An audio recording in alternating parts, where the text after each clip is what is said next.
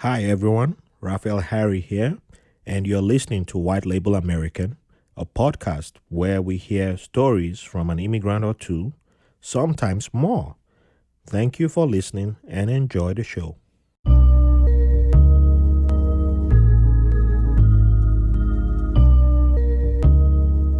Welcome to another episode of White Label American. Thank you all for joining us today. Before we begin, I'd like to thank Elena, Sarah, Daniel, Jeff, Mark, Verena, and Brenda, our patrons who make this podcast possible. You can always join us, and we always have room for more patrons. We need more, and yeah, down there later in the episode, later in this episode, you have more information on how you can join us and help take this podcast forward to the next level. And don't forget to subscribe also. So, without much further ado, we get to meet someone who I've been dying to have on this podcast. Her name is Nes Reign. She's an artist. She's the host and creator of Dope and Damaged podcast. She's also an entrepreneur, and she's an all-around fabulous person who is currently based in Dusseldorf, Germany. And there's more to our background that I kept out because we'll dive into all that as the episode goes on. So welcome to the podcast, Nes. How you doing today? Hello, thank you. I'm good. Thanks for having me. How are you doing? I'm doing well. It's a little bit cold this morning, but seems to be warming up. Yeah, climate change here, so it's loving me, I Yes. guess. It's freezing out here and super windy today and rainy. It's absolutely horrible. Uh, I'm glad about that. It's not touching me right now. Thank you. I appreciate that you're wishing this on us. Well, I got to experience it, so I can say I've had the best of both worlds, right? Oh yeah. Yeah. So let's dive in, and I don't think the guests, our listeners, are like, what's going on? We don't want to hear about all that. Let's dive into the But the wait. juice. Before we do that, I Oh, really have to say, oh my God, you make me blush. Thankfully, nobody sees me. Like dying to have me on the podcast and all of that. I mm-hmm. mean, you know. Oh, you still going on about that? should I give the listeners a little scoop about that, or should I just leave them wondering what's happening? No. Just leave it. Just leave it. You said enough. How Ah, do they say that sometimes less is more? less is more. Yes, I agree with that. So, So, you were not born in Germany. So, can you introduce no. us to where you were born and a little bit about your childhood? Okay. So I was born in Morocco, in North Morocco to be exact. Um, it's a beautiful city, goes by the name of Tetaoun. I was born there. My dad was in Germany in the 60s as a guest worker. He was brought there like a million and other Moroccans and foreign people to help build up the economy after the Second World War in all of the European countries. And he happened to end up in Germany. And at some point, he went back and he married my mom. My sister was born. Much later, I was born. And then he decided to come back to Germany. And inclusion and integration in the 60s was even worse than now. So like when people came over from different countries as guest workers, they were not really part of the society. I mean, they were not really taught on like how the German law works, and like basically, hey, you can take out a loan and buy a home. So they didn't have all of this. They were like really treated like workers, and then basically now we don't need you anymore. Please go home. And if you want to stay, you're not gonna have an easy life, Wow. pretty much. So, was your dad in? I'm guessing he was in Western Germany, right? Or In West Germany, yes. West Germany? Okay. Um, it's interesting that you mentioned the lack of integration, or making it easier for people like your dad to settle in when they came during his time, because we've had I had one of my previous guests, Ezra.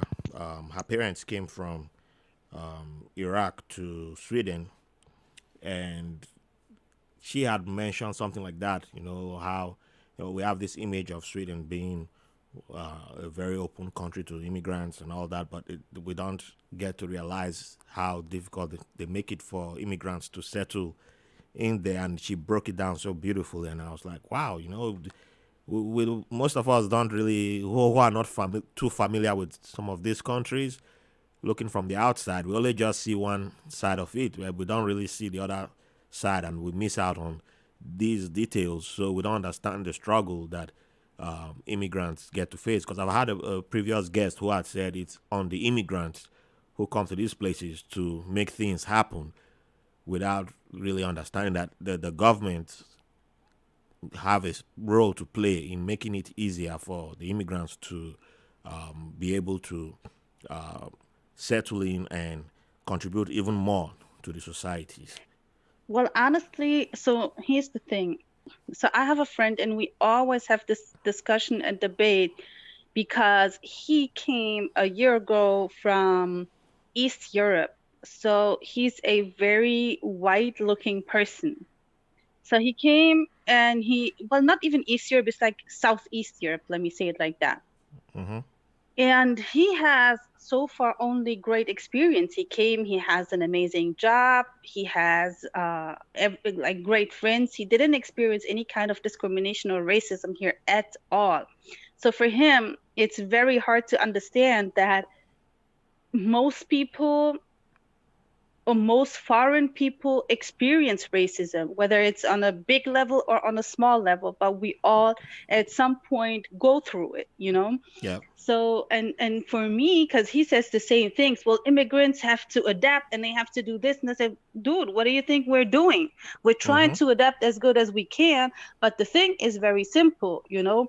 Some of us can only adapt so much. Like for someone like my mom, she didn't have the chance to go to school because um, my granddad, he died when my mom was very little, and she's like the youngest of three kids, and she has two older brothers. So my grandmother, she didn't have really the means to send everybody to school, and it was like, okay, so what am I gonna do? So she said, okay, let me send the boys to school because the girl is gonna be marrying a man at some point, and he's gonna take care of her. But the boys, they have to take care of a woman, so Yeah. it's smarter to send the boys to school. So my mom, she doesn't really like, now that she's older, it's all coming back to her that she was married off at a very young age. She married my dad when she was 14. Wow. um she says, I didn't have a childhood, like I was never allowed to really play. I didn't have like my teenage life. I didn't have a young person's life, you know. Didn't go to school, so her brain is obviously not trained the way our brain is, Mm-hmm. because we went to school and we always, well, some of us That's true. Well, always some keep of us, yeah. educating each other. Keep educating ourselves, you know. So she doesn't have that. And this is very, very bad for a person. And that's why a person like that, when you come to a different country, you're not going to be able to learn the language just like that. Mm-hmm. Or when you cannot read and write, this is a struggle. Yeah.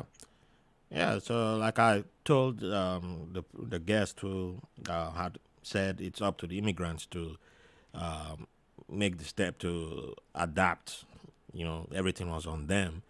And I said, like, if you look into American history, like, you even see how there were steps taken to intentionally uh, make life easy for certain immigrants, which, quote Hmm. unquote, white, or Hmm. fit into the status quo. And the ones who did not fit into the status quo, they didn't get amenities such as playgrounds, such as schools in their neighborhoods where they started settling in. And you are saying they should assimilate. So how are they going to assimilate with the people who were around? Because when you start mixing with the people, you learn languages too. You make it easier for people to come in contact with each other. You learn languages. It's the same way for kids. But all the Yeah, but good what? amenities are in one area. The bad amenities are in one area. And then, then that's how the over policing starts because it becomes bad neighborhoods.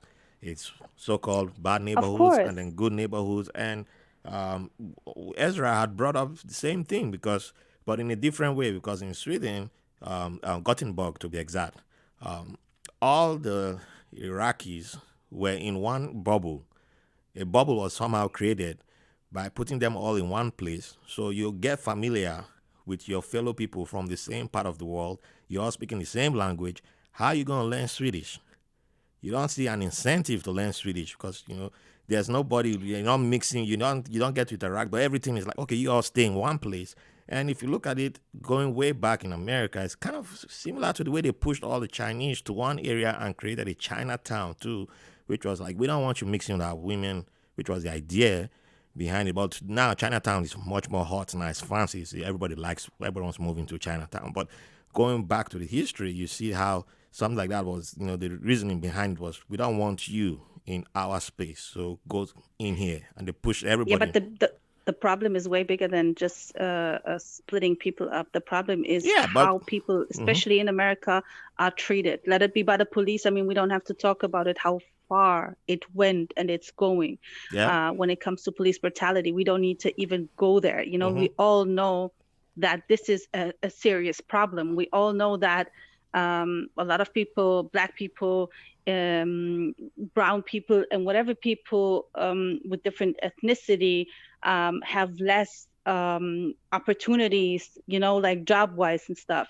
Although there's a lot of people who might get lucky or they worked hard, so they're in the right place, but there is still a lot of people who don't have these chances, and we cannot just put it down to we separated the people, we put the Chinese together or the Iraqis together, because this happens. And this is where we as foreigners need to take also responsibility and break out of it. We deliberately need to connect with other cultures. It's also like learning, yes, I don't I know, agree. I'm pretty But versatile. My friends are from all over. yeah, but when I say they were all pushed, the Chinese had jobs then. People forget that without the Chinese immigrants, the rail part of the railway wouldn't exist. They were working on the railways, but it's from the railway, from your job, you go straight back into this bubble we've Yeah, created for you. So it's not like these people were not hardworking. They were all hardworking, but it's still part of the system created to make sure you stay in your lane. The lane was created for you to stay in there. And we see it happening in absolutely. different ways. It's evolved over the years, over the decades. And it comes in different shapes and forms, which if you don't know what you're looking for, you can say, oh, well, everything is fine, especially if you're not being affected by it. You can just say, well, everything's fine. I don't see a problem here, which is kind No, of but it's what for our generation to make a difference which and they're break already out of making. these But if you bubbles. don't, if you Exactly. don't point out the issues and you don't say these are the issues that exist, how do you address? Because there are many people who don't see these as issues, so they're not saying what are they going to be. Uh, there's nothing to fix because hey, Mm. one person broke out of 1,000, one person came out successful. So hey, then there's nothing wrong. Look at that one shining sheep, one shining guy, or one shining woman. She made it, and you're like, it should it be just because one person made it that it's working, or you know, and that's Of the course, it's not enough. That's what I'm yeah. saying. It's okay that some people make it for whatever reason, whether they're lucky, whether they worked hard, and somebody decided to give them a chance. And that doesn't even matter. We need more people, and we need to definitely be also willing, And sometimes, unfortunately, I feel like frustration takes over, and Mm-hmm. people then are too angry and too frustrated, And that, like, I would like to see people stopping. I would like to see people stopping to feel like victims, like it's when people do stuff to us or to certain groups. I get it, and it's pretty effed up, and it's definitely, it frustrates me as well. It makes me sad, it makes me angry. I got all kind of emotions, but I would like to see people not mm, using all the energy to be like, I'm a victim, I'm a this, I'm a that. Let's do something about it. Let's break out of it. Which we are doing, but I'll have to pause Absolutely. you right there because we've jumped a little bit to the future. Well, we've jumped a little bit Oh, forward, so we have to come oops. back to where we started from, which was Okay. we're going back to your childhood. So Mm-hmm. you started in northern Morocco. How you say the city Mm-hmm. again? That one. Tetouan. Mm-hmm. Oh, it sounds like a Star Wars city. Was that where they got the motivation for one of the planets for Star Wars? I could not tell you that. I'm not a fan of Star Wars. Ooh, man, why we got you on this podcast? Somebody need to do something about that. Shame on you. You should have done some better research. Somebody needs to do something about that. I'm not saying me, but I'm just saying somebody needs to do something about that. So, to someone who's thinking of going to visit Morocco, or like a tourist, like someone like me, I've never been there. I want to go see. Uh-huh. All I know about Morocco is the Atlas. I know it's the Atlas Mountains. I wonder why. It's well, I'm a football guy, so it's the Atlas Lions. It's one of my teams. I support all African teams at the World Cup. But Okay. so Shout out what? to the Atlas Lions. Yeah, shout out to them. They have great players. I like And my shout out to Moroccan all boys. African soccer teams. Yeah. So what's Tatooine? What That one. Tetouan? See, sorry, I went with the Star Wars planet name. Tetouan. Yeah, nobody come What after is me it now. like? Yeah, what's it like? What would you describe it? Okay, so it's a small city Mm-hmm. and it's very cute and very nice and it's surrounded the interesting part is it's surrounded by beaches, all Oh, kind of like different beaches and by mountains as well. So you can like if you decide one day you want to go to the beach and then in the evening you want to go to the mountains, do that. Or the next day you want to go to the mountains. It borders uh with Spain. So basically 20-30 minutes and you're in Ceuta, which is a very small city in Spain. And oh then that wow. means you're on European, yeah. What do I So say? so what's his name? Hannibal. Did he march through there? You know, I'm suppose I don't like Hannibal either.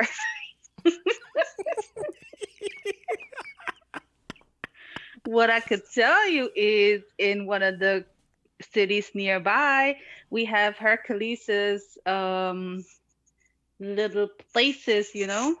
Oh, Hercules. He was there. Mm-hmm. Apparently. Oh wow, I never knew Hercules. There are some spots that one can see, definitely. Wow, I've learned something new today. Wow, Mm-hmm. well, it's a great day already. Yeah, that's what I'm talking See? about. See, I always knew that Greek mythology was just a lot of Africans in there. So yeah, that just confirms it. Eventually it all mixes up. Well, it's been mixing up long, long, long before they like to admit. Many people like to Yeah, but admit. what you also have to take in consideration is it's not really surprising because North Africa basically is actually the connection between sub-Saharan Africa and Europe. So when all the invaders came, they went through there most of the time, you know. So and North Africa, like we are a mix of everything. Like when you do DNA tests, like I did my DNA test for Mm-hmm. just for fun, Yep. and I know that it's not 100% correct. You know, I'm not playing myself, but it's just interesting, you know, like what kind of different um countries I had you know. Do you mind And sharing? the okay, so I had some European, of course. I had a large percentage of North African. I had 11% sub-Saharan African. I had some When Asian. sub-Saharan? If I remember correctly, it was Senegal.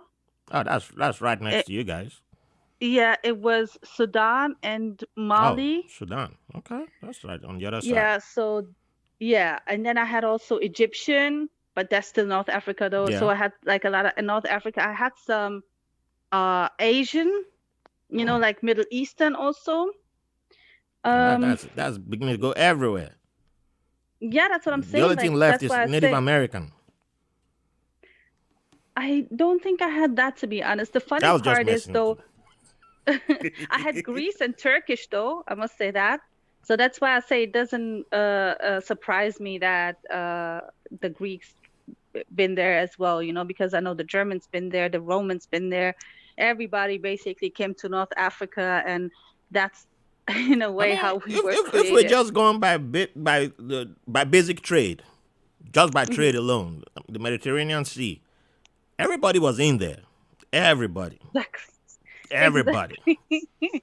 I mean, someone was telling me a long time ago, oh, Vikings made it to Mediterranean Sea. I said, okay, so if the Vikings made it there, and you can't picture black people being in there from sub-Saharan Africa, you can picture the North Africans are right there. It's their spot. So how come you can't picture that? And I was like, there's probably black Vikings who existed. And he was like, what? He's from Scandinavia, Yeah, and he was like, "What?" I said, "Of course, your Vikings had sex with sub-Saharan women, so they had exactly. babies. They took the babies back. What do you think happened? They had a black Yeah, but Viking," and he was like, "Oh, wow, that's yep, but that's the possible. point, That's because possible." His head was not you like have blown North up. I was like, "Oh, Africans. uh, You have North Africans that are like blonde hair and blue eyes, and you mm-hmm, have like super dark skin, yep, super dark skin North Africans. So like I have even dark skinned people in my family, and this is like, um, that's why I don't know, like color doesn't really matter for me. Like color is not a race. yeah." We got so many. If even down in sub-Saharan, we have people with blue eyes, like. And yeah, most of us tend to look at it as on the beginning of colonialism. That's when Hmm. people started changing, the DNA changed. But there's a possibility that way before that, people have been mixing because if you look deep down in history, we have records. The Ethiopian princess is getting married to a Japanese prince way before colonialism ever came on the continent. How did a prince in Japan know? How did the kingdom in Japan know about where Ethiopia was? It was trade. They were doing trade. Look at the distance between Japan and Ethiopia, but Of course. they connected. And if they knew where Japan was, why wouldn't they know where other kingdoms were on the continent? And Yeah. so there was so much stuff that has been lost to history, or some other people have hid it in their vaults and all that stuff. But yeah, and so people have been mixing and crossing, and and the way immigration worked back then, it's not like now. After colonialism, then immigration changed, but you literally could go anywhere back then. You literally could. Yep. Yeah. So Absolutely. yeah, there's a whole lot that we'll continue to find out stuff. So still sticking with your childhood, um, what would you consider your favorite childhood memory? And see, for the life of me, I don't know. I couldn't tell you. Probably going back to Morocco and spending the summer there during school, seeing all my family, going down there with my cousins from Belgium, spending time with them. I guess these are the things that I would consider my favorite memories, spending time with my nan over there. So, What months are your summer months? Is it the same as Europe and America? well, it always changed, It's not like every year we had like holidays at the same date, the same time. It always moved a little bit. So usually it was from like it could be we had like 6.5 weeks, Mm-hmm. and it could be from June and then until the beginning of August, or it could be July until mid-August, or mid-July until September. It would always change. Hmm. Do you guys have snow Where?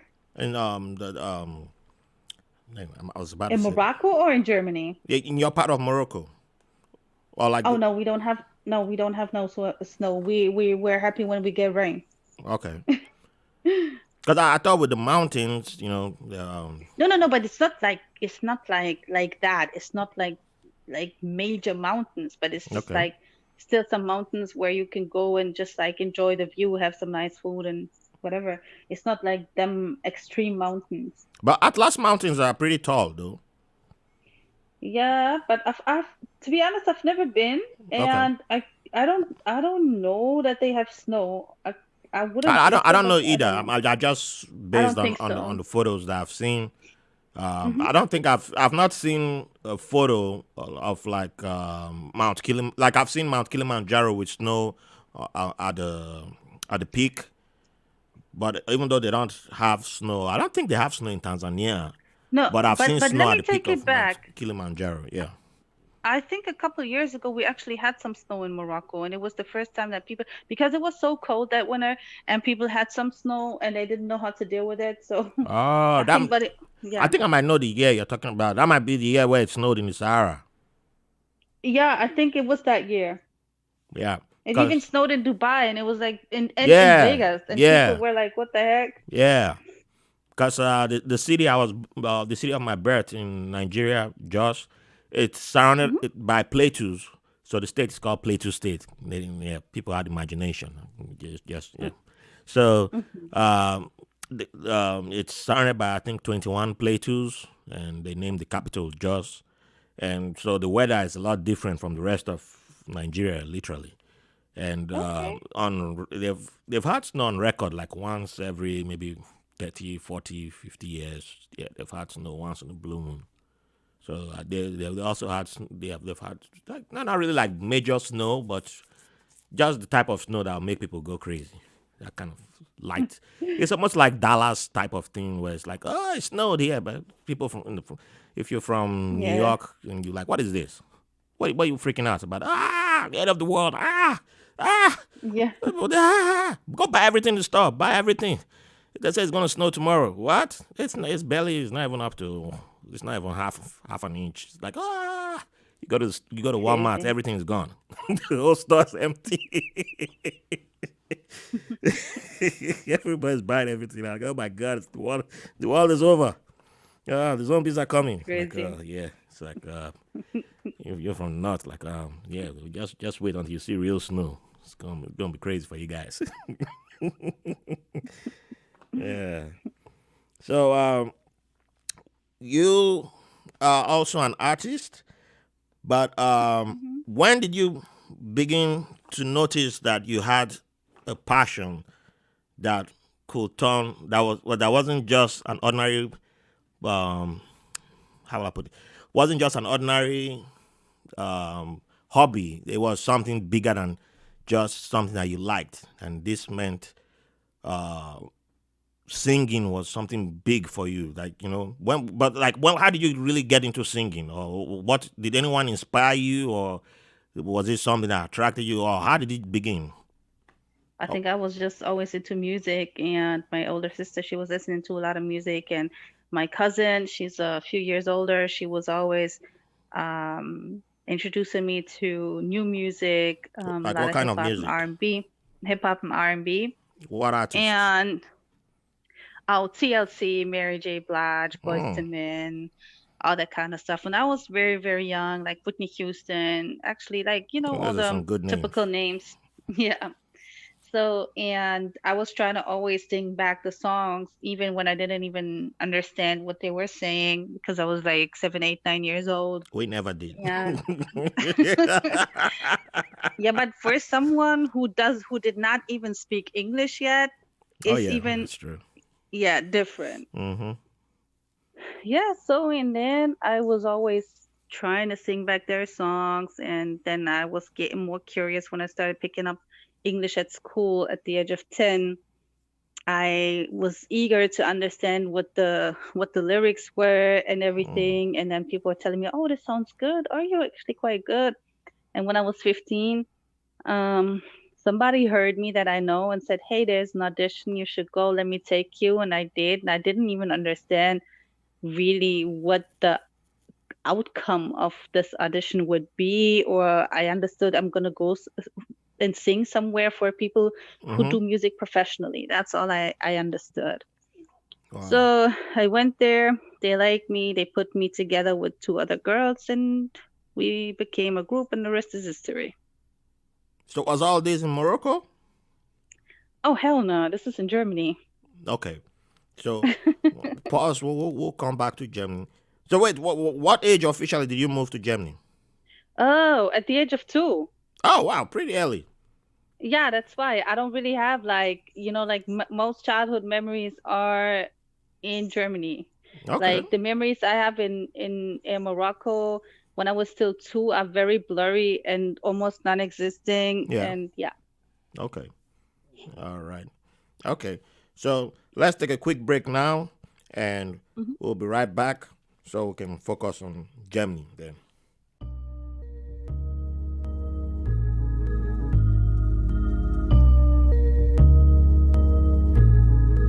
Hi everyone, your host Raphael Harry here. I can't believe we've gone past our 1 year anniversary of doing White Label American. I've had the privilege of speaking with some amazing people sharing their modern day immigrant stories. And you've allowed this Nigerian immigrant to share parts of his immigrant journey through this podcast. Also, one of my goals of this podcast is breaking down artificial walls that keep people from getting to understand each other. Based on your wonderful feedback over the last year, I think we have done a decent job in breaking down some of those walls. We would like to continue and expand on this mission, but we need your help. I've had an amazing time creating and producing episodes for this show largely on my own. We have a lot of ideas for new and exciting content to expand upon the mission, but we need direct support from you, our listener, which is why we have created a White Label American Patreon page where you can make a one-time donation or become a sustaining contributor where you can get access to exclusive content, help me interview upcoming guests by submitting questions, and even have the chance to sit down with me for a one-on-one conversation, either virtually or in studio. So if this podcast means something to you, and if you really love this show, think about becoming a sustaining contributor and donating by going to patreon.com/whitelabelamericanpod. Thanks for listening and for the privilege of your company. Welcome back, and now let's go full time into Germany and have a blast. So, you got into music without really knowing what you were getting to per se, but Yes, kind of. uh, still going back on that question I asked earlier, who would you say was your someone you looked up to music wise while your journey was beginning? Yeah, as I said, the same people. Like I Still the was same listening people? to, yeah, to Mary J. Blige, Ooh, TLC. so you dance like Mary J. Blige? No, I don't. You know how dance moves are one of a kind. That's why I just had to throw that question. Yeah, no. I got some other dance moves, but Oh, not okay. like Mary. Yeah, of course, Auntie Mary is Brandy. like untouchable. Yeah. Absolutely. She's everything. Like she's really everything. Yep. Uh, yeah, there's a lot of names. Brandy, Monica, Aaliyah, Missy Elliott, of course, Timbaland is and was my favorite producer of all time. So, you know, I listened a lot to him and his production, whoever he produced. I got well excited and something I Mm-hmm. wanted to always like, yeah, well, I wanna sound like this and I wanna have Mm-hmm. this kind of music and that kind of beat. So yeah, these are the people that really inspired me musically. But in terms of a role model or anything, Yeah. I don't have one. I didn't have one. My role model was Oprah Winfrey because journalism was another passion of mine Mm. That's a good at role that model to time. have. You know, I love Missy Elliott, and you know, I I always share this story of how Missy Elliott was big on my second niece. She Get Your Freak On, and yeah, Get Your Freak On was my second niece's favorite song at one time. Now she's more religious. So I don't know if she's still into if she goes near hip hop. But Oh. yeah, but back then was a different world. She was the young kid then, and but I was Hmm. they all try to hang in my room, herself and her sister and her brother, and so I was they were always into my musics, and uh, everyone had their favorite artist, and she settled on Missy Elliott's "Get Your Freak On," and she could rap it from beginning to end. I think she was probably 10 years old, and I was like, "Wow, this is amazing." And if you know who her mom was like hardcore evangelical, as in evangelical Christian who like if you count the Holy Trinity, she like next in line. And so that's how she acts. Oh. Yeah.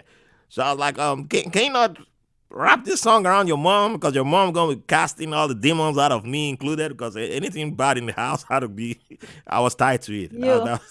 That was how it worked. So I was It like, was all on you. I'm glad that you love this song and you can rap it from the beginning to the end. But just make sure anytime you singing this song, just don't do it in front of your mom because yeah, there's gonna be some casting out of demons from me. I don't want to be. And now, if she hears this podcast, she probably do it again, just I hope because. so. Just Honestly, I'll be because. glad. I'll be glad if she can. If she does that, I'll be glad because the person she is right now, she needs it. She needs it in her life. She needs to Oh get no, I Africa. was talking about cussing all the demons. Oh, she's been trying. She's been trying for years. It's too late now. Okay. The demons The won the demon battle. state, they won. They won the battle. as soon as I as soon see. as I gained freedom, and I was like, one day, I think what year was that? I think it was 2004. I was at her house, and it was a Sunday morning, and she's like, let's go to church. She had switched.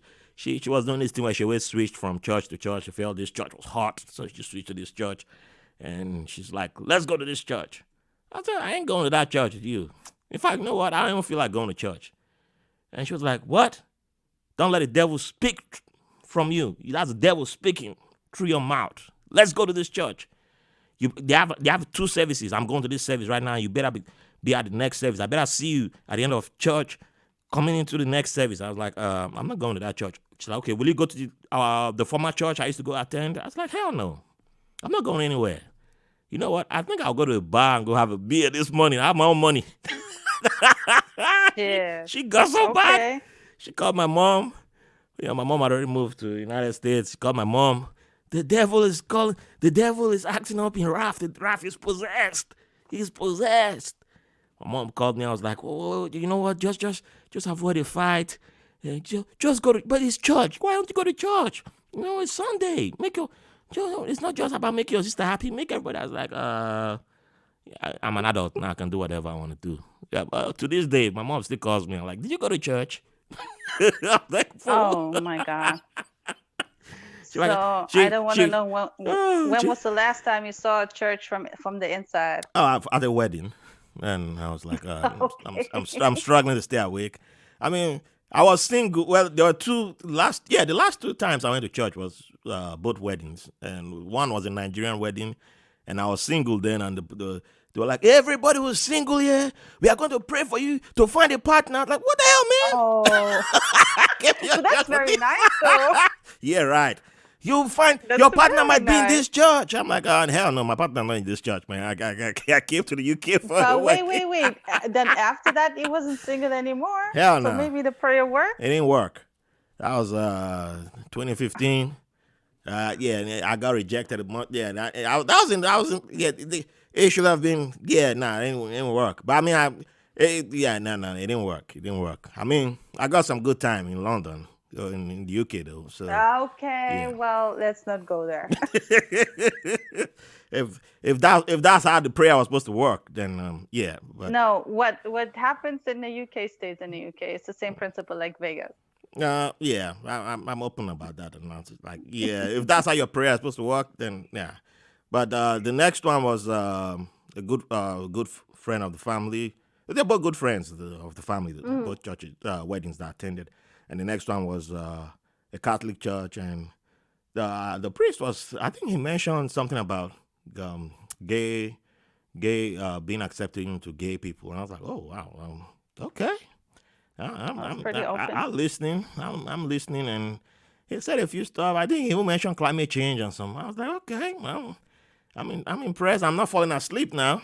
I'll stay awake a little bit, and but Everything that's rebellious, you stay awake for, right? uh, Everything that's rebellious, you want to hear. yeah, I want to hear because I had my timer on for hey, what time is the booze coming? You know, Oh my gosh. and well, the food and booze. That's the reason why I go to weddings. That's all you care about? Okay. All Yeah. right. Well, okay. That's there. That's the gift I'm bringing to the wedding. I dance Mm-hmm. for like it's And you want your return. oh hell yeah, you better serve me good food, or else you'll be hearing complaints for the rest of your life. Even your marriage better last, because if it doesn't last, I'll be like, you mean you that wedding I came to, you couldn't even make that wedding last, and you serve bad food? Oh man, nah, I'm not that type of friend, though, but just saying. Okay. Good to know. Very nah, good to know. nah, I'm just messing. I'm messing. I know, I know. My friends gonna be like, "Oh my God, please, please, please, please, please." And Nigerians take some Nigerians take that too seriously. They're like, "Please, please, please, don't do that, don't do that, please, please." I'm like, bro, I was just joking. No. I'm not that type. Like, hey, Yeah, oh, absolutely. so being in Germany, well, have you always been in Dusseldorf, Yep. or is it Dusseldorf? Why Düsseldorf. Dusseldorf? Yeah, why did I switch? I don't know, and it's I don't know. I don't know. Something just happened to me. Some aliens try to take over or something. Or I got Yeah, hacked. totally. Probably Because it's got the way hacked. you said it. You even screamed it out like Düsseldorf. I know. Probably someone was trying to hack me or something. Oops. I'm not going to say the country, but I know the country No. that was trying to hack me. Yeah. So you've always been in what am I? Dusseldorf, right? I've always been into stuff. I traveled a lot, and then I moved to London, and I lived there for a while. Wow. Tell us about London. London was a great time. I lived there for a while. I did music there, some other work from there, TV from there. Because the thing is, when you work in entertainment, you Mm-hmm. can pretty much live almost everywhere unless it's a country far, far out. But if you're in Europe or America, you can almost live everywhere because it's easy to get to. It's just a flight away or a train ride or whatever away.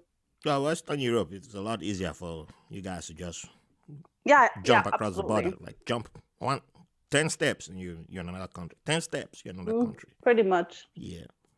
So adjusting from Germany, was there any shock from adjusting from Germany to the UK, or that just went? Now I don't get culture shocks because I knew people. I know people from all over, and I'm very open, so I don't have any culture shock or any adjustment issues. So you took It's the just I'm very curious yeah. to learn stuff and to adapt, and it wasn't hard. I mean, it's Europe. I didn't go to, I don't know, to Laos or some other countries in Asia or so. You ever been that way? Yeah, I actually been in China. I've been in Japan also, like because of the music. Taiwan, I've been to. Mm. Yeah, definitely. Give us what was your favorite experience in Asia? All of it. Like really traveling was the favorite part of all of it. Like being able to go to these different places and really see the people and really feel the energy and really experience the cultures was amazing. So do you have any particular story that of any interesting incident positively, or if you want to share a negative one, it's up to you. But From something that. that stood out from one of your travels. Not from the top of my head, to be honest.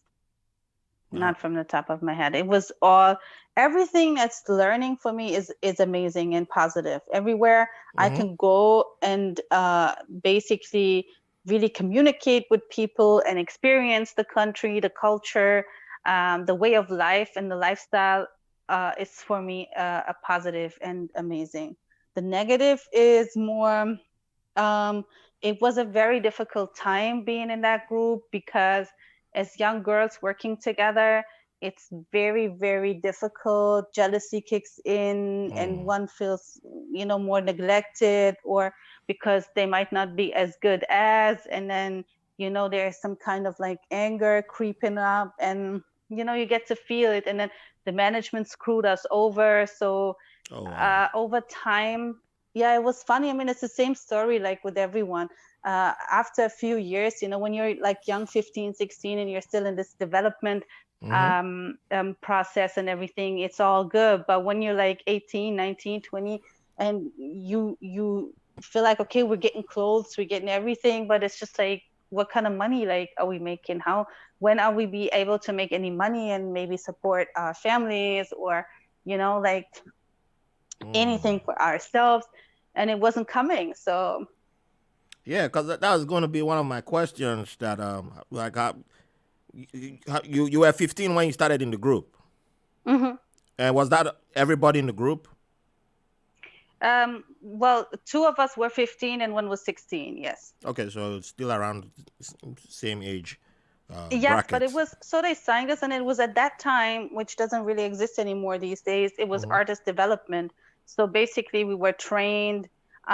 We also had to go to school, and after school, we were trained on like vocal. We had vocal lessons, choreography lessons, all this kind of things. We had to really like learn and grow with the whole business and the music and everything. That's what we had to do for a couple of years, and it was very, very draining because we had school, we had to Mm. deliver at school, we had to Yeah. deliver in the vocal lessons, in the Yep. choreography lessons, and everywhere. So it was a lot of pressure. Yeah. It's so what you just said is one of the things that my favorite podcast, the Black Guy Who Tips, he has touched on this, something similar to this when it comes to talking about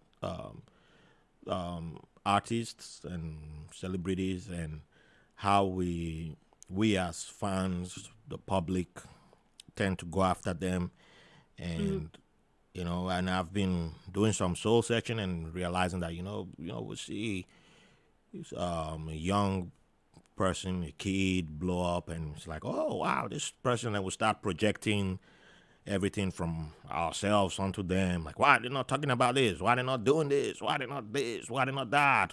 And why are they not um, helping all the children who are hungry? Why are they not this? And we don't even know what's happening in the background. We don't even understand a whole lot of.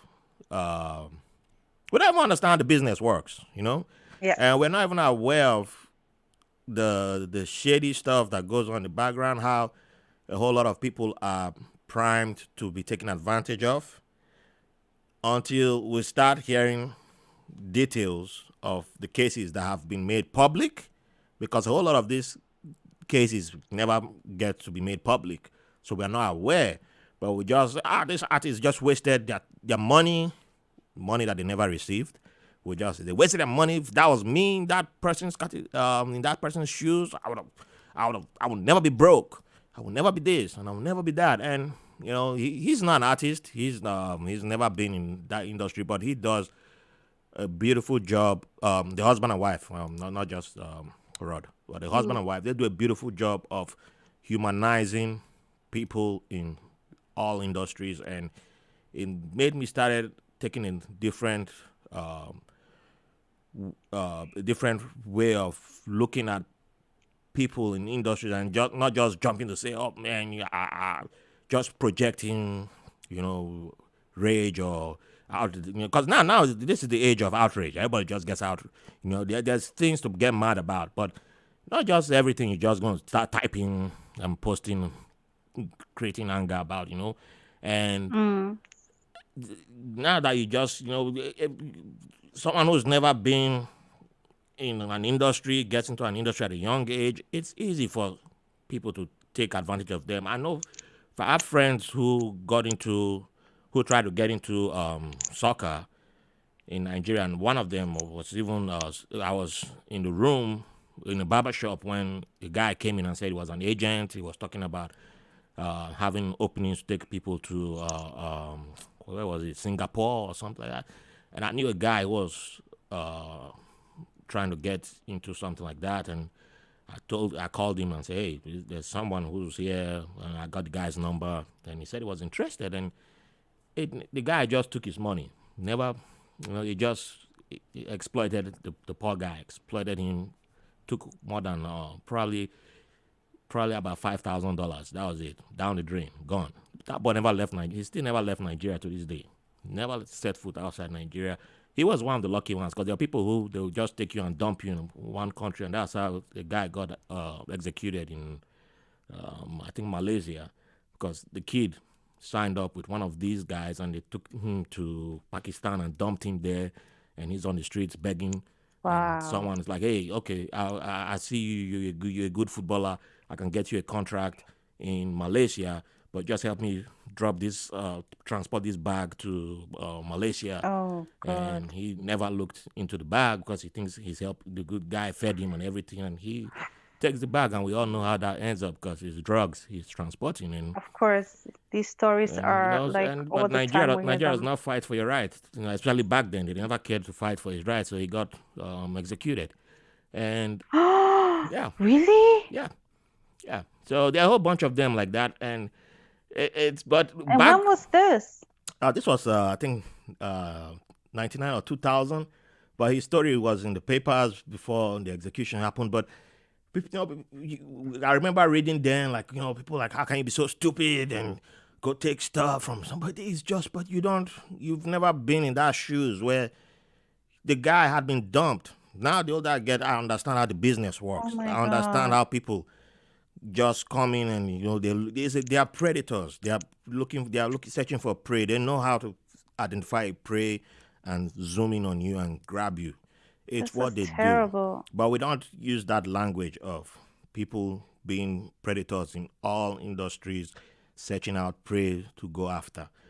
But we just, oh, these guys, you greedy, you this, you that. And it's just like, no, no, we need to do a better job of addressing how we talk about these things so we can prevent more people from falling into uh, the trap. So yeah, I'm happy that um, your story is not like one of the dark the ones. I mean, I know that there's more that you haven't said, but I'm happy that you're able to talk about yours, and it's not like some of the ones that it's like the person's completely broken down and it just ended No, I really mean, bad.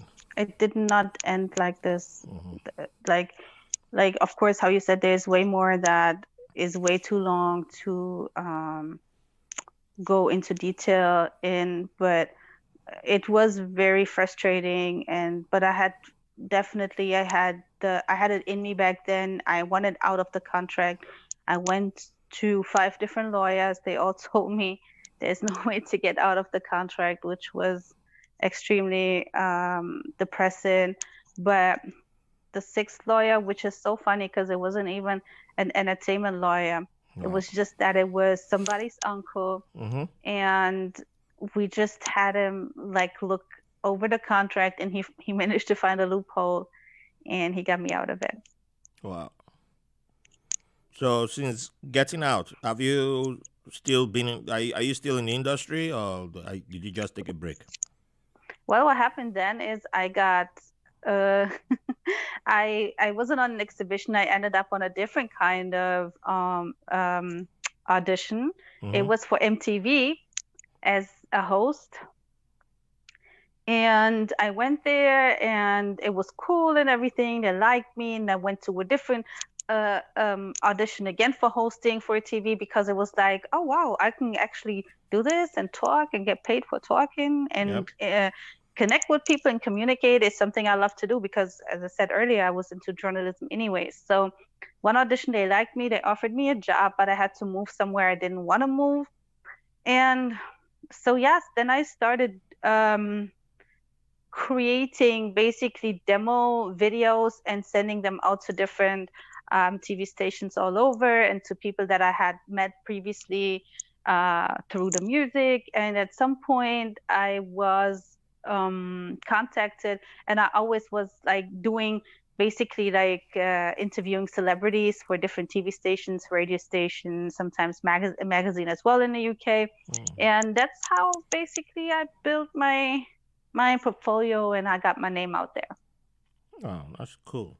So, And then I went back to music and then I got screwed over again. oh, And then I decided to do the independent thing. And 3 years ago, I quit music for good as an artist. so is it that you have more of a passion for the journalism than music? No, it's just that at some point, music to me became a job and it became a chore. And Hmm. it was more damaging my mental health than helping. And for my sanity, and I have to say something very, very, I had a family tragedy happening 3 years ago. Oh no. Um, my sister was murdered. Oh no. Sorry to hear that. Thank you. And that changed everything for me. Oh wow. Was that was in Germany too? Yes. Oh wow. Has that been resolved? I mean, I knew right away who it was. It was the plumber who was doing some work there Wow. in the um, in the whole building, you know.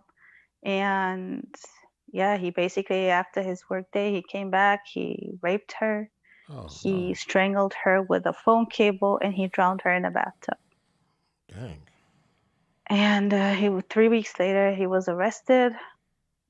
And the funny thing is that he tried to rape and kill two other girls prior. They took him to court and the judge let him go. Oh wow.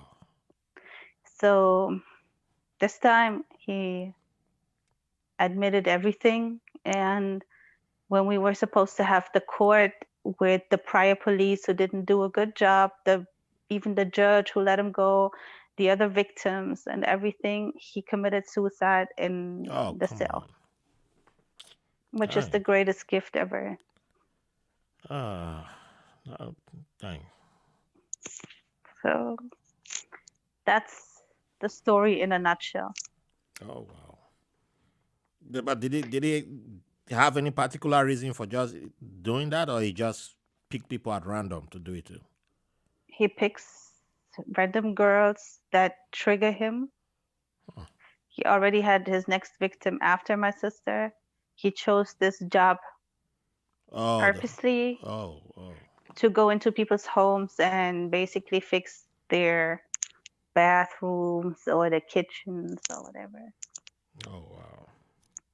That is crazy. Very much so, yeah. Yeah, Very some much some so. people are just yeah. That's yeah.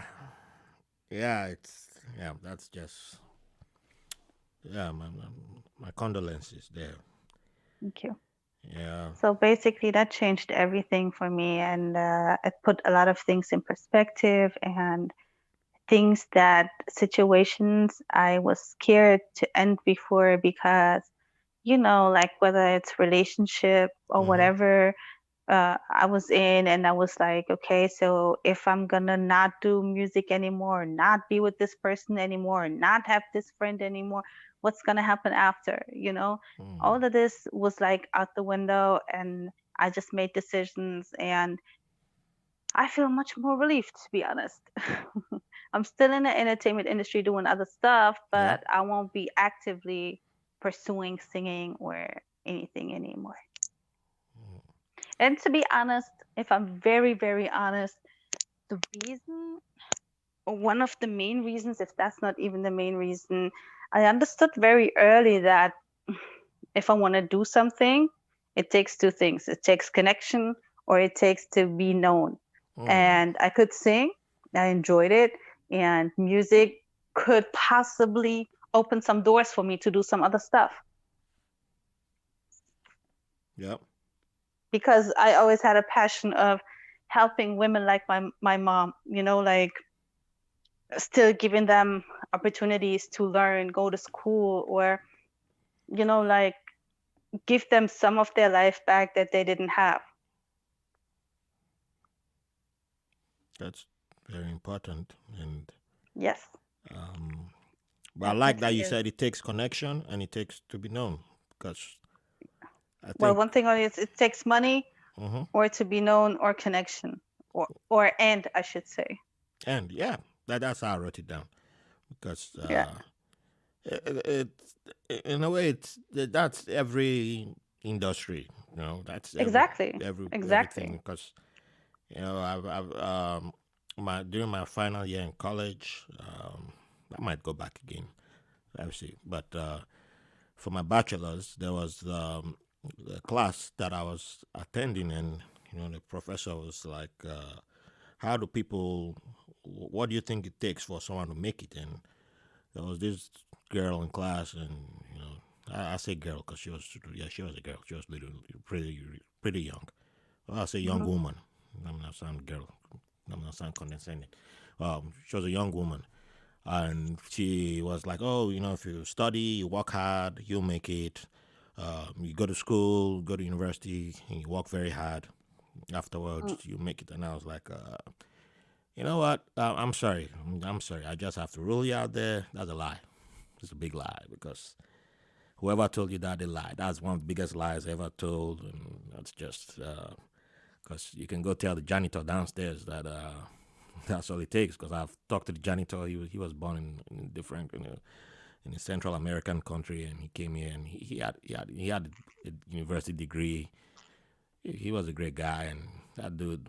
Yeah, I'm like, go tell him that that's all it takes to make it, Mm, and yeah, that's not it.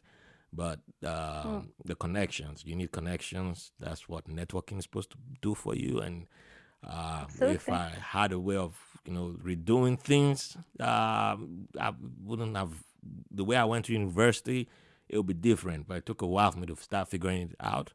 But I kind of went with the I won't say like the kind of Nigerian mindset, but not like the rich Nigerian mindset. So I wasn't really tuned into certain things back then, and I was just beginning to catch up, and I still wasn't catching up. But I was beginning. So I just mentioned that and said, yeah, like my former roommate would say, the beginning of universities was for rich people's kids to know each other, so that they created a network. That's how he told me about what he used to say about Hmm. universities, like and that was why universities were created. So they had a network. That's his definition of why universities were created.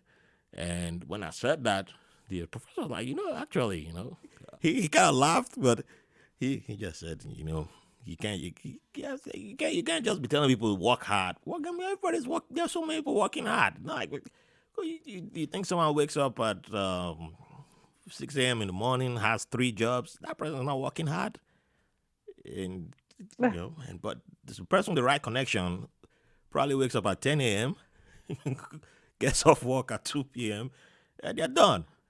That's it. Yeah. Done for the day. And you're like, but if you work hard, and I'm like, yeah, right, yeah, right. So yeah, so that's one thing I quickly bash. I tell you, I'm gonna bash you. I don't even care. I'll be just bash you if you start telling me if you work hard. I'm like, yeah, but go tell that to my mom. Tell that to my mom that she did not work hard. That's why she's not a wealthy woman today. uh, oh yeah, but yeah, but that's great about what you're doing, and yeah, that's why I admire you and I admire your courage and your tenacity. Thank you. Yeah, that's why you're Thank you. awesome. So you also have a podcast called Dope and Damaged, which I Yep. enjoy. I was actually listening to the Thank to you. the episode. Much appreciated. I was listening to your episode on my way to the studio where you were talking to I've forgotten the women's names. They were talking about being single in Germany. Well, not single in Germany, but single. Singing One, in January, but like how to be how society judges being yeah, singles. Yeah. yeah. Society Uh, judges singles, hmm. and that was a fantastic conversation. I'll probably love to have both women on the podcast later on. And I mean, it was a very interesting conversation oh, because it I was, mean, it I was, had I had two girls on from one is from Mexico and the other and one is yeah, from Guatemala. Guatemala, and I've had And a few people from Mexico, different backgrounds, but hmm I've never had anyone from Guatemala. So it's yeah, so that's why I yeah, said it's I would like to it's have both. similar but still different. Of But course. it's also And experience. And even then even if I there, have 10 people from Mexico, each person will still have a different story. So that's why I can still have another absolutely. Mexican. But that's not the point I wanted to make. The main point I was going with was why the title "Dope and Damaged" for your podcast. Why the title Dope and Damage? Well, I wanted an oxymoron because I feel like it's, people always want to categorize things or people, and they always want to put us in boxes. Yeah. And I feel like we are not one or the other. We're actually both. We are dope because we have maybe good things going for us because we're dope at a lot of things, maybe at our job, maybe at our however we are with our friends, maybe we have a dope whatever it is, but we're also damaged, we're also flawed, we're imperfect. And I wanted a name that embodies both. We don't have to be perfect because we nobody is and we cannot Yep. be, and it's okay to be imperfect, and I wanted something that makes it okay that we are dope and we're damaged. I love that. We are not one Thank or you. the other. We are dope. That should be And that should be damaged. that should be on your podcast merchandise T-shirt or something. I don't know. Or I'll take it. Okay. And I take it back. I will share it. I don't know, but I love that line. I love that I line. don't know, they say sharing is caring, but I'll think about it. I have to think about No, of course, of course. No, no, no. You're great. So, what was the best or biggest lesson that you have learned on your podcast journey so far? Yeah, the biggest the biggest lesson is nothing comes easy. Mm-hmm. Uh, Technically, it's very hard because I really do everything by myself except the editing, which I will be learning now. Okay. And this is like the next challenge because it seems like I'm a very, I have this love-hate relationship with challenges. I love them and I Mm-hmm. hate them at the same time. But yeah, I think the technical side of the podcast is the hardest. Um, what lesson? Yeah, this is like really how to make things work, even if it's last minute. Yeah. Like I had things happening really the last minute. The microphone broke and all type of things, and then you have to improvise and get creative and do this and that. And it's a constant process. It's not like, okay, I have all the equipment and now everything's perfect. No, I'm growing and I'm still getting better. Yep. I'm Um, still learning. yeah, I think that's one thing that I got to realize a little bit into the journey that yeah, you keep getting better. You keep learning, and as far as you learn, you continue to improve and get better. That's as you continue on this podcasting journey. It's not something that in one day you like ta-da-dam, I've made it at the top or the kind of thing. Yeah, or if it works for you like that, fine. But yeah, it's something that I don't believe in that though. yeah, I don't I believe. don't either. I don't. But No. some people say they do, so I'm like, if you okay, fine, fine. That's why I have to put it there. Like okay, but for me, I just go with yeah, I am the person who I consider myself a sponge, and I'm a student. I don't. Yeah, I'm learning every day. So sometimes I beat myself too much, and it's a default that I have. But well, if you know my story, you know that it took me a while to. It's something I'm still working on. So, Hmm. but yeah, it took me a little bit to accept that I'm learning. I'm getting better at the podcasting thing, and and I'll continue to get better. And it doesn't mean that Absolutely. if tomorrow somebody comes with 100 million for me, I'm always open to that. Yeah, bring the money. I'll take it. But yeah, it doesn't mean I will stop improving. No, I'll still continue to Mm-hmm. improve. I'll continue to improve. So Mm-hmm. yeah, that's the one message. Because I have a few friends who reach out to me like, "Hey, I want to start a podcast, or I want to see what you're doing. I want to do something." I'm like, "Yeah, but I want everything to be at 100 before I begin." And I'm like, "Dude, just begin. Just start. You already have the idea. You know what you want to do. I didn't even know some of these things that you already have right now. So you're better than a whole lot of us at where you are right now. So just start." And then they're like, "Okay, but I want to add 10 more things before I begin. I need this, everything to be perfect." I'm like, "You will never be perfect. Just begin. Start making content." And Yeah. so I can't tell you how many people have reached out to me, and then it's like, yeah, but I still want to add one more thing. I want the studio to look like this. I want this to look like that. And I'm like, "Okay, well, I'll be here." And then, But I used to be like this as well because like coming from TV mm-hmm, where everything is perfect. I wanted it to be a certain way, and everybody was telling me, "My God, just start. Don't care about the quality in the beginning." It's like, no, but I need it this way, and I need it to look like this and sound like that. And then at some point, I was like, you know what? No, never. I just start. yeah, The rest will come. yeah. Well, that's the good thing of at least you had people telling you to start, and if you don't have the people telling you to start, I don't know what to do, but I'm glad I had people telling me to start, and I took that advice and I started. And I mean, I had this podcast idea. Like, I wanted to do podcasts from 5 years ago. So this is not like something that came to me last year. mm-hmm, It's been there. The idea, it's been there. I had a different name. I had the outwork already. mm, I had everything for it. I had the equipment. And then this thing happened with my sister, and I put everything on hold. And then it took me a while until I was able to use it as therapy and use it to also give people the platform to share their stories because um, I don't feel like um, there's enough platforms for people to share their stories or share their important. opinions. Yeah, important. That's very important. And you're doing great at it. Thank you. Yeah, yeah. And that's I think most of us who uh in the space of who have good podcasts, I'll say, tend to have this thing of we didn't just start the podcast just like that, or we seem to have had the podcast idea for a while. Well, for one reason or the other, did not start. Didn't we were looking for the right spark before kicking, kicking into off. For the takeoff to begin. And like I told you when we had our chat on the phone, like for me, like mine was probably what 2010. Yeah, it was 2010.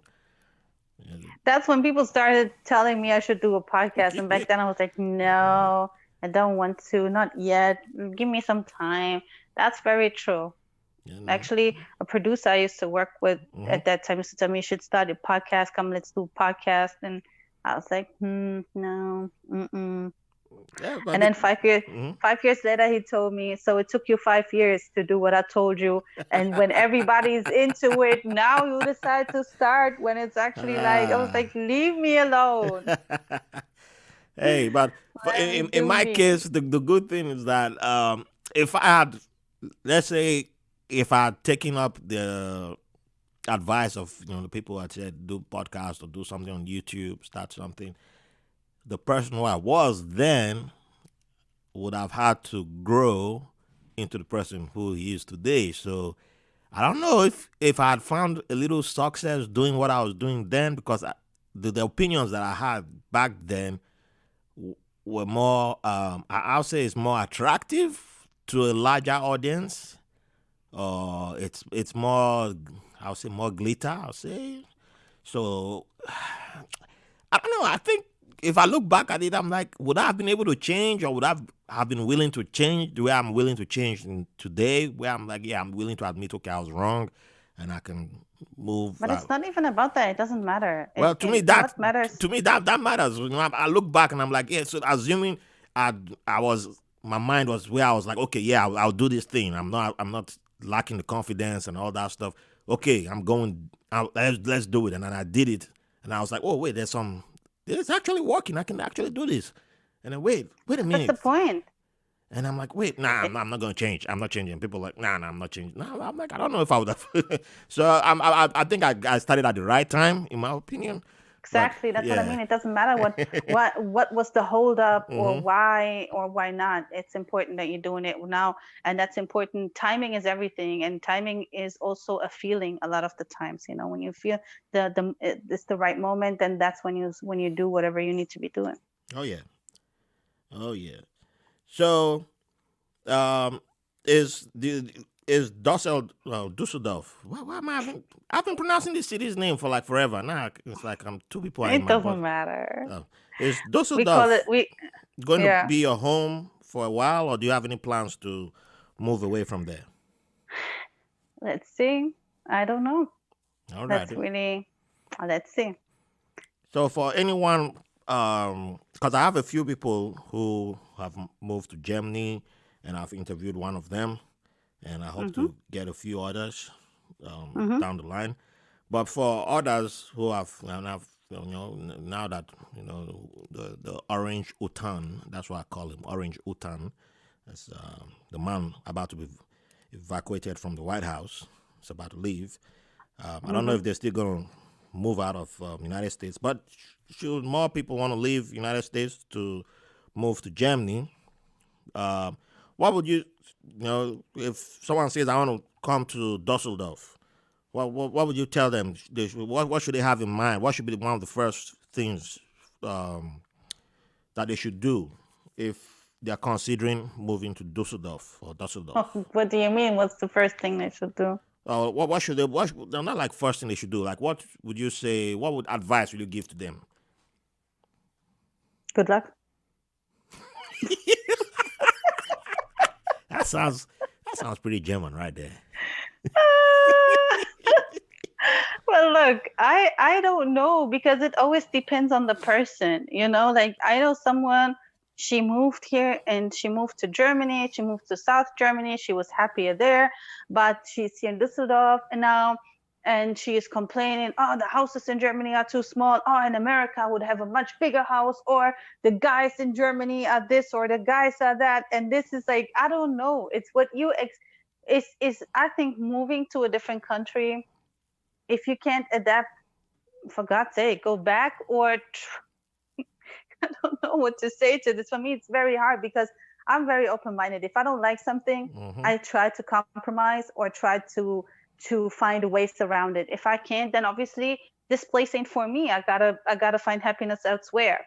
But for someone who wants to move, just know that Germany is much smaller than America. Of course. Um, German people are much colder, Hmm. but there is a bunch of foreigners, like plenty foreigners. So depends on what friends you have, what environment you're in, what people you want to have around you, whatever your main goal is. Why are you moving here? Like I know people who are moving here for jobs, and there's people who are moving here because they fell in love with someone from over here. There's plenty different reasons. So what I can say about Düsseldorf, it's you have very snobby people. You have the snobby posh side to it that I'm not really, it's not likable for me. I don't like it at all. I'm not cool with these people or anything of this sort. I resonate more with like, normal people or people who, it doesn't matter how much money you have. You can have a lot of money or you can have a little money. As long as you're not like superficial and you're cool, then we can hang. So we have these kind of like different groups here. And yeah, what else I, can I th- say I, about th- I Düsseldorf? think I think you just reminded me of a documentary. Not a documentary, a news report that I once. I think it was a news report I once saw on Deutsche Welle that Mm-hmm. mentioned. DW. Mm-hmm. Yeah, Dusseldorf have it's not be it's not be. It does. That's It like definitely does that's like have this high confirmation. class. Confirmation. I love Dushavela. I love Hmm. watching it. It's one But of then we have also some very, let's say, mm, poor neighborhoods here as well, or and then we have also like the normal people, like mm-hmm. who have their job, who still like to have a, like a good life and nice clothes and everything. But I would say it's pretty much like most places. If you go to London, it's the same thing. You have some hoods that are very, Yeah. yeah, getawayish, but then you just have also the posh areas, and then you Yeah, have like the normal London is areas. London is not for me. I mean London. I like London, the trains and I like the transportation, but Like the trains, okay? yeah, but That's different.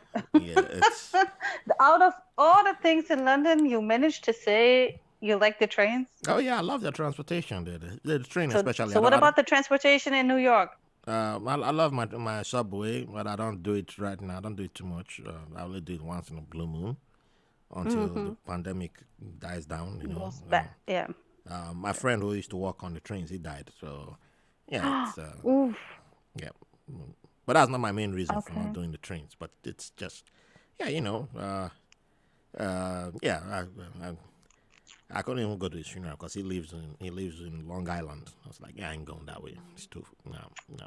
I gotta take a train all the way there. But Yeah. no, but I always move around on trains. That's how. Sorry to hear that. Yeah. So I Mm. always move around on trains in New York, but London, the city impressed me when I saw that they had different options for trains there. Mhm.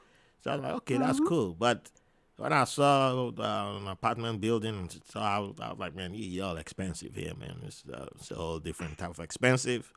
And the number of people in London who are like, you came to London and you ain't hit me up.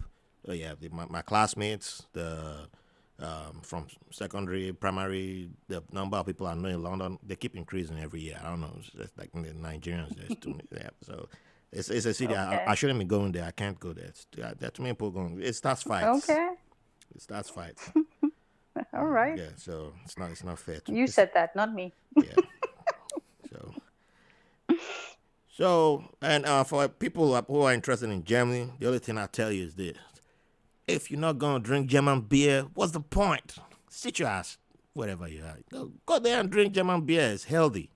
That's what I tell Oh, people. really? I don't agree with you, but okay. Yeah. Well, if you're not a beer drinker, you won't know what I'm talking about. It's not healthy though. Whether you're a beer drinker or not, it's not healthy. Go get a gin. Don't sell them people a dream. They're gonna Uh, come here and think they're gonna get abs by drinking beer. they will if you do it right. Oh, really? I Yeah, they're got gonna get a fat belly. That's what they get. that bod, Well, mama bod too. Equal opportunity. Yeah. Oh boy. It's always sexy to somebody. Somebody's gonna find it sexy. So yeah, Yeah, somebody. yeah. So what should we expect from Nes in 2021? Can't say. I'm still doing the podcast. Working on some different other projects that I cannot disclose yet. Can spill a little tea, just a little. No, No, no, not yet. Because just. this is the thing, Mm-hmm. you work on stuff, and then due to the pandemic, a lot of things got on hold and go slower, and don't know how and when and if they can happen. So I rather not disclose anything yet. Yeah, I feel you on that. Do you miss anything about Morocco? About being in Morocco? No, Morocco is a great country. Shout outs to Morocco. Yeah, shout out to them. Colonized Spain for 800 years. Just had to throw that in. Of course. That's my Oh, Morocco's fairly new. my Spanish boy always likes saying that too. He says Spain and Morocco are twins. Oh gosh. Okay. Well, when you come to New York, I introduce you to him, and then you figure out the rest and be like, goodness. Look, I told you, I don't know, I think I told you in my head I live in New York. Yeah, you do sound like a That's Brooklynite. my city. Well, That's exactly my city. Brooklyn claims you already. You're one of us. Oh, Don't listen to other boroughs. Other boroughs are just oh, hating. okay. Yeah, Don't Queens say that. Queens will try. They'll try and sell diversity and all that. I'm like, Look, We got a lot more diverse here, so don't okay, worry. so let's say Brooklyn kicks you out for whatever reason. What would be your plan B? Germany. No, you have to choose one of the other boroughs. Mm, that's Can I do that Come off on now. air? No, I said plan B. It's on my trailer. I've been praising Brooklyn. How they gonna kick me out? They can't. I'm gonna be They mayor will, of New York based on my no, votes from Brooklyn they might alone. kick you out because maybe they said, um, I don't know, for whatever reason, they might kick you out. They We can't. don't know. But let's just pretend. Let's go to Fantasyland for a second. Okay, the only way I leave Brooklyn and still stay in New York City is if one of the other boroughs, well, not counting Staten Island, that's New Jersey. Everybody knows that. Um, and even Long Island, I don't even trust Long Island that much. And so Jersey, no, even? No, Staten Island is technically is a borough in New York, but yeah, we just like calling them a borough. They're part of. Hmm. They're New Jersey. They should be New So Jersey. would so would that be your plan B? Hell no! I can't go there. Oh, The borough that voted for Trump the most? Hell no. okay, so which borough would be your plan B? Well, I have to go to Bronx. I guess I knew they got it. good Ghanaian food there. They got I get my access to Kenke and Banku and all the West African stores are there. But all those Senegalese, they're too tall. Those Senegalese are so tall there. I look very short when I'm there. That's why I don't like being near Harlem. It makes me look I look like a midget when I'm there. So I don't like being around them. So we'll have to negotiate that. They'll have to move out. They have to kick all of them out, and then I can come in, and then we'll, we'll split it. We'll split. I'll let half of them stay. I'm like, okay, y'all can be around when I'm walking on the streets, something like that. But Ness, I need to go to Morocco, and when I'm ready, Definitely. I'll let you know. And yeah, Definitely. before we wrap it up, I forgot to ask one of the most important questions. Do you? Yeah, Mm-hmm. food when it comes to cuisine. Food. When do you want to talk about food? Uh, you gotta let us know Like what what? what is the favorite food for you? Is it Oh, Moroccan my favorite or food? German or and if it's Moroccan, Oh, oh, what hell should we be no. eating? What should I be eating if I want to eat Moroccan food? Or you can tell me what your favorite is if it's from somewhere else, but still tell me what I should eat if I want to eat Moroccan food. Well, couscous, there's so many different types of couscous with chicken, with beef, with Yeah, you can't tell me a lot couscous. of I don't count that. veg. I've eaten too much And couscous. okay, then we have tagines, which is like basically gumbo type style, Mm, like different. We have fish tagines, we have beef tagines, chicken tagines. mm. We have different type of things. A lot of like Moroccan culture. Moroccans love food. They have breakfast, they have brunch, they have lunch, they have a snack, they have an afternoon tea, coffee, kind of like food time, and then they have dinner. Oh, they have a snack before that as well. What kind of snacks? Oh, they eat anything that could be snack. Anything. They eat the whole day and the whole night. One Yeah, time I should move over there. I was traveling from Casablanca to Tetuan, and I was with my sister, and we were on the coach, and it was like, yeah, so we're hungry. It was evening time, so we stopped at a gas station to take a break, and it was like, okay, so let's buy some chips and some stuff to have it to eat Mm-hmm. on this whole long ass bus ride. And then there were people that were saying, "Why the hell are you buying all of this for?" I was like, "Yeah, but we're gonna be hungry, and we're gonna arrive at like 2, 3 in the morning, and it's just like 9 p.m." And they were like, "Oh my God, we're gonna stop in a few hours and have dinner." And I didn't believe them. And 12 o'clock or 12:30, we Wow. come to a place. There is a huge place with a big barbecue, and everybody had dinner at 12 or 12:30 midnight, and it was crazy to us. I need to be. Yeah, I like that kind of stuff, man. And yes, Yeah. and invite me next time. I think I might want to come and have that Okay. type of dinner. Like, yeah, I'm your long lost cousin, the one you never heard about. That's me. Yeah. Well, I have a huge family anyway, so nobody would know. But the thing is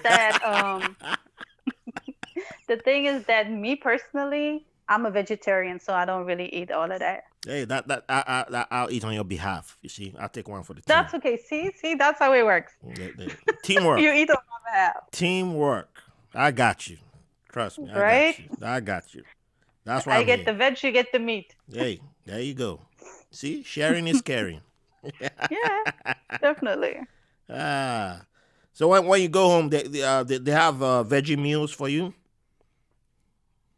You mean when I eat out or No, no, when I mean, like in more typical Moroccan dishes, are there veggie options for you, or is it something that has to be prepared I make separately? them veggie options, Okay, you make it like yourself.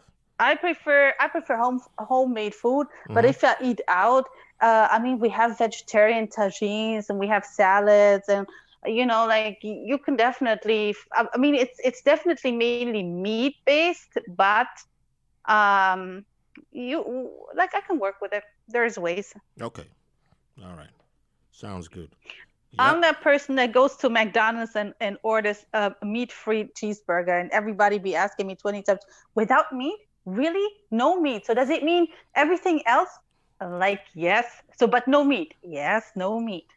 I don't know the last time I've been in McDonald's, so yeah, I'm sorry, I can't Yeah, I relate don't go there often, but if I go there, I there. if I go there, I have to order the cheeseburger meat-free. Wow, I wasn't even aware that they had something like that, but No, they yep. don't. I tell them to make me one without meat. Oh, they make okay. Yeah, they Wow. don't have that. I just request it, and that's why they act Oh, so funny. that's They why be they're like, asking like, whoa. They're like, yeah, did because we they can't offend believe you? it. Are you sure? Did we offend you? Wow. Okay, I get it now. Yeah, and especially it's it's Ah, even funnier when I did it in Morocco. It was so yeah, I was, hilarious. I was about to ask that.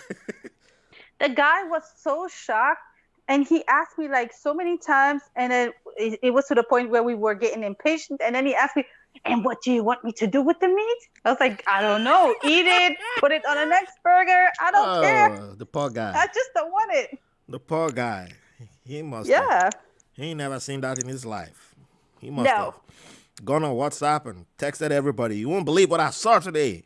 You won't believe this. Someone came and asked for burger without meat. Oh my goodness. The world is about to end. Well, there's a first time for everything. So, Yep, that's right. That's right. So, final question, Ness. What uh-oh. would you? Oh, I could go on and on, but people are gonna be like, "Hey, we got other stuff to do," Yeah, So, now get rid of her yeah, finally. I mean, I think they'll rather get rid of me than you, but No. but so final question: what would you like to Hmm. leave the audience with? It could be a quote, could be a saying from your favorite author, or a line from A a book, quote. whatever. Just anything you'd like to leave the audience with. Okay, one of my favorite quotes is like I have many favorite quotes I like, but one that comes to mind now is don't let your loyalty become slavery. If they don't like what you bring to the table, let them eat alone. Don't let your Don't let your loyalty. Okay. loyalty become slavery. Hmm. If they don't like what you bring to the table, let them eat alone. Wow. I love that. Yeah, That is powerful. You keep I would you say you, so. you keep dropping stuff that I might have to print out and go hang somewhere and be like, you know what? I might not be able to put this on a T-shirt, but I might be able to hang this and make it. Yeah, it's good. It's good to hang it somewhere, and then look at it and be like a little reminder. Yeah, yeah. Those are power gems right there. Power gems. I knew it was a good call to get you on the podcast. See, that's why. Well, All thanks right. for reaching out. Hey, it's my pleasure and my honor. You know, And I can't thank you enough for coming on the podcast. Please plug I can't yourself thank you in. enough for having me. Yeah, please plug yourself in. You mean all my socials and stuff? Yeah. Where can people find you, and people Well, want to the get in touch with podcast you? is on all streaming platforms and on YouTube as video. It's Dope and Damaged. We're also on Instagram, Dope and Damaged, and Facebook, Dope and Damaged. And I'm on Instagram, Nes_Reign. Reign, Reign. Same name on Facebook, Nes Reign. And Patreon, Twitter, and all that good stuff. All right. It's Dope and Damaged and Nes Reign. And I'll be adding the links to the show notes so y'all can get in touch and get to enjoy some of the awesomeness of Nes and Aw. see why I said I had to bring her on the show, and y'all get to see how fantastic she is, and go check out our show, and and support her, and not just only myself, and keep the 5 stars coming in. Give her 5 stars. Give myself 5 stars. Share the love. We all share. Everybody shares. Share all the goodies. Give positive reviews also, and support us on Patreon also. All right. So thanks again, Nes. Thank you. What was I gonna say? I was forgetting my Arabic. Shukran. Yeah, shukran. And Allah يبارك فيك. what? I know that one. Okay, well, the shukran is all I remember right now. And to the rest of the audience, thank you for the privilege of your company. Thanks for listening to White Label American. If you enjoy the show, we'll appreciate if you rate, review, and subscribe to the podcast wherever you get your podcast from.